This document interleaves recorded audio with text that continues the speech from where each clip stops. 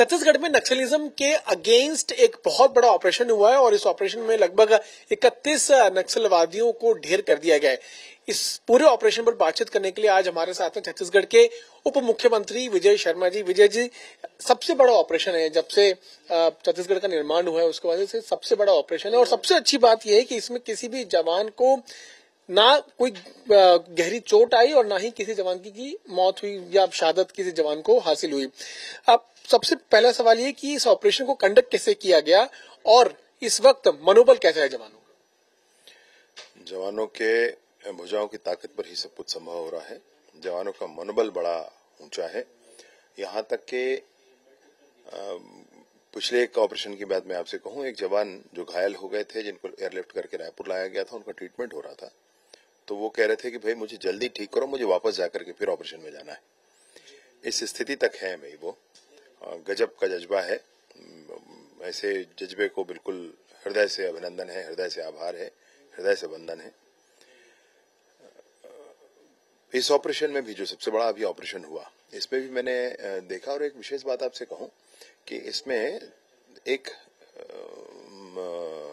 10 वर्षों तक नक्सली रही, उन्होंने गन लेकर के जंगल में वो घूमती रही और उसके बाद उन्होंने सरेंडर किया, फिर पुलिस ज्वाइन किया और अभी इस ऑपरेशन का हिस्सा थी।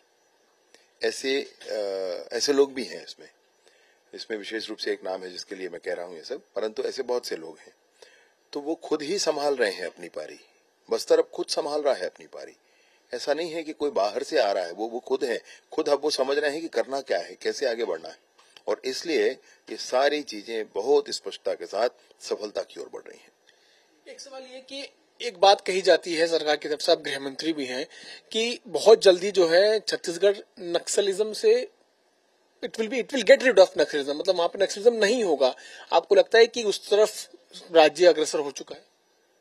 हाँ, निसंदेह निर्धारित समय के बाद के बीच में निर्धारित समय तक छत्तीसगढ़ में, और मैं सोचता हूं कि समूचे देश में, नक्सलिज्म के विरुद्ध जो आवाज अभी उठी है, जो कार्यवाहियां अभी चल रही हैं, सब कुछ नियंत्रण में होगा और सरकार की विकास योजनाएं गांव तक पहुंच पाएंगी।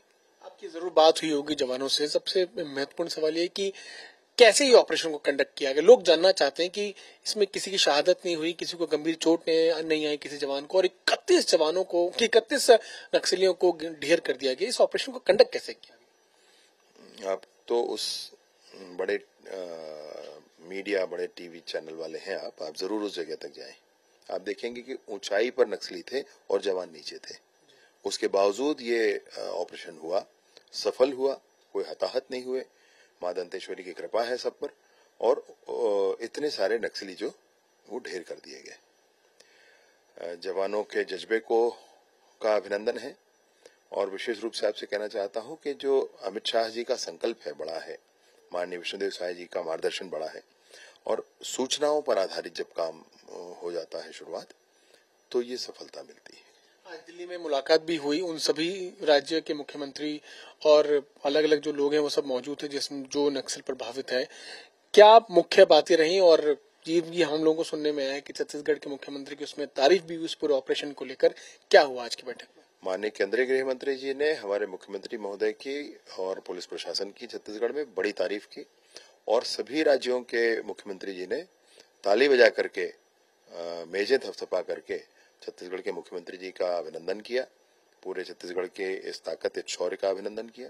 अभी छत्तीसगढ़ ही सबसे ज्यादा अफेक्टेड है नक्सलिज्म से। जो कोर उनका आर्म्ड कैडर है वो वहीं पर सबसे ज्यादा है, इसलिए वहीं पर सबसे बड़े ऑपरेशन की आवश्यकता भी है, जो परफॉर्म किया जा रहा है छत्तीसगढ़ में बहुत अच्छे से। 2026 की जो डेडलाइन है, आपको लगता है कि आप उस डेडलाइन को हासिल करने में कामयाब होंगे? मुझे बिल्कुल लगता है। कारण यह है कि इधर सरेंडर भी प्रारंभ होगा और लोग सरेंडर करके भी वापस आएंगे। विशेष रूप से आपसे कहना चाहता हूं कि बस्तर में 13 से 18 साल की उम्र के बच्चों को किसी भी तरह से फंसा करके, वहां कंपल्सन है अनेक गांव में कि इस गांव से एक लड़का या एक लड़की इस उम्र का चाहिए ही है। गांव वाला मना नहीं कर सकता, उसको देना पड़ता है। और जब वो जाते हैं तो उनको बंदूक रख करके जंगलों में घुमाया जाता है। वो फंस जाते हैं, वो विभिन्न प्रकरण उनसे कराए जाते हैं। जब वो फंस जाते हैं तो उनके मन में होता है कि अब क्या किया जाए। सरकार बड़ी स्पष्टता के साथ इसमें सरेंडर पॉलिसी पर काम कर रही है। न सिर्फ सरेंडर पॉलिसी वरन रिहेबिलिटेशन पॉलिसी पर भी काम कर रही है। और ये पूरा चीज ये होगा कि जब वो वापस आएंगे तो उनके लिए कैसे स्किल डेवलपमेंट होगा, कैसे उनका जीवन आगे बढ़ेगा, सबकी चिंता की जा रही है। इसलिए मैं सोचता हूं कि बल्क में लोग सरेंडर करेंगे।